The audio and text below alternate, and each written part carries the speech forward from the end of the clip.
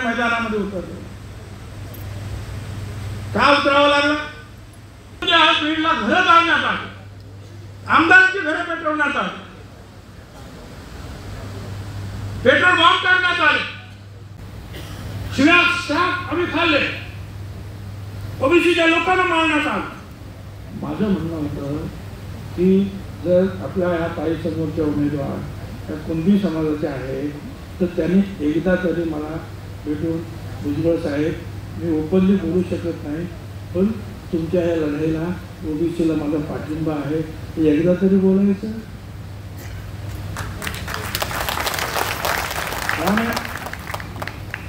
तुम्ही कुणबी आहात ना, ते ताईवाडे आहे ते म्हणा, तुम्ही नाही म्हणा। अहो एवढंच नाही, पहिली मीटिंग झाली अंबडला, विरोधी पक्ष नेते वडेट्टीवार ते आले,